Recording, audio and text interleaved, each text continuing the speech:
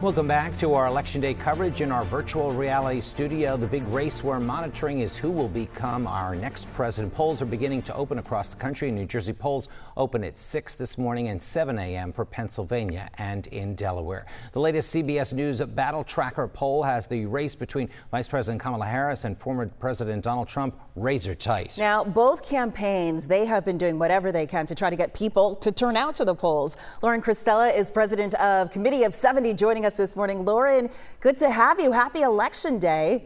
Same to you. Happy Election Day.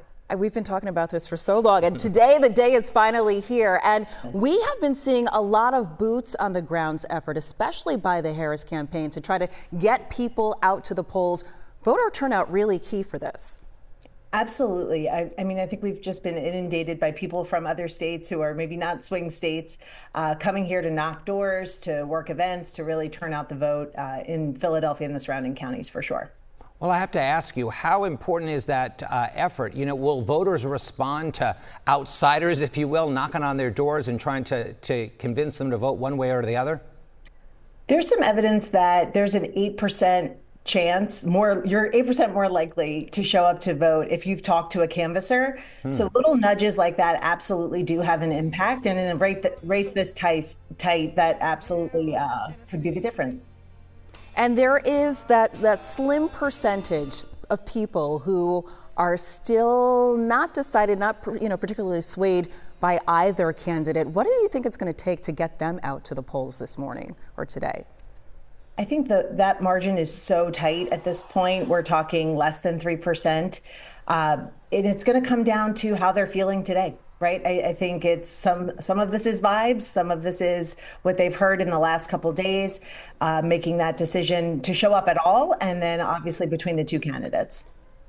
So, Lauren, the race for the White House may not be called tonight, as ballot counting, especially here in Pennsylvania, could take several days, as it did 4 years ago. So what sort of scenarios are you expecting? What could we see? We're expecting to know sooner than we did, certainly in 2020. That was a Saturday. We have faster sorting machines for those ballots. So instead of about 3,600 an hour, we're looking closer to 50,000. And then less people are choosing to vote by mail. We saw 50% vote by mail in the pandemic. That number settling to between 25 and 30% of. I'm always curious, Lauren, we saw leading up to today that the polls were very close. Do you think that that's what's going to be the outcome for the actual election today? I think the margin of victory also really impacts how soon we will know. The closer it is, the longer it will take. If it's so tight that they have to rely on those overseas ballots or provisional ballots, that could be days. All right, we'll have to wait to see what happens. Lauren Cristella, Committee of 70, thank you so much for your time this morning. Thanks for having me. Love the necklace, the vote necklace. Thank you. Both campaigns, they are doing what they can to get people out to the polls today. Lauren Cristella, president of the Committee of 70, joining us this morning. Lauren, good to see you again. All right, so we know that voter turnout is going to be key in this race especially, and we're seeing Harris getting a lot of their volunteers knocking on doors, trying to get people to the polls. Will that help make a difference? Yes, we know from research that people are more likely to cast their vote if they've talked to a canvasser. It's about 8 percentage points, and in a race this tight, every little nudge will matter. There's also free services to get people to the polls. I know Lyft and Uber are offering discounts, but there's Souls to the Polls, Drive Your Ballot. These are nonpartisan organizations helping people get to the polls today. So talking about that, the people that are knocking on doors and trying to convince neighbors and stuff, a lot of the campaigns are bringing in people from out of state.